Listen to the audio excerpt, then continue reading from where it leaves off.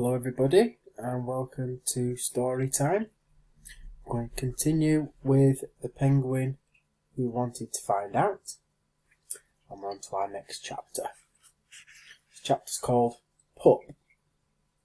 Next day, when Otto was going down to sea to try to find someone bringing up food, he saw something huge and fat lying on the ice. A seal. He was quite pleased at first because it would be somebody to talk to.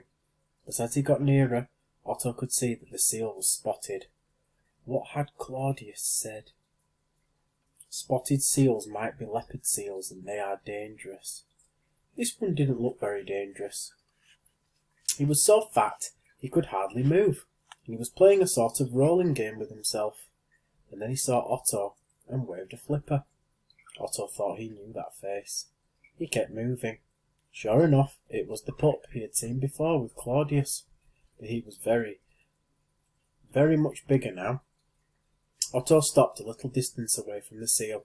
The seal was so fat that he could hardly move, and even though Otto was no great mover, he reckoned he could get out of the way if it was a leopard seal. "Hello," Otto said. "Haven't I met you before?"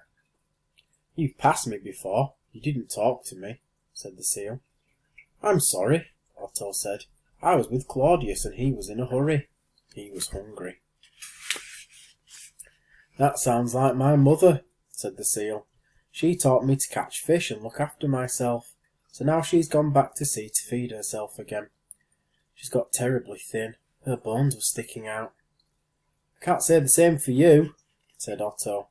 The seal laughed. "No, I got very fat quickly, and as I got fatter my mother got thinner. It was all the milk I had, you see." "Milk?" said Otto. "What's milk?" "Well, it's what I was fed on," said the seal. "I'm a mammal, you see." "What's a mammal?" said Otto. "Well, I expect you came out of an egg, didn't you? Because you're a bird." "Well, mammals don't. Seals are the only mammals in Antarctica. My mother told me that, and she stayed with me and kept me warm and fed me on milk until I was big enough to look after myself." "That's what I'm doing," said Otto, "waiting to be big enough to look after myself. When I am, I can go out to sea, but at the moment I'm fed by the grown-up penguins, who bring fish soup and squid soup and all sorts of nice things." "Oh, I get my own squid and fish now," said the seal. "I may even meet you in the sea. Do penguins dive?" "Yes, we have to get our food," said Otto. "Well, I might pass you one day. My mother says that we are the best divers in the world. We can dive 2,000 feet. How deep can you dive?" "I don't know," said Otto, "but Claudius did tell me that Weddell seals are very good divers and can dive deeper than us." "What's your name? It seems silly to know that somebody like you and not even know his name." "My name's Otto." "I haven't got a name," said the seal. "My mother always called me Pup, and that was it." "Well, can I call you Pup?" asked Otto.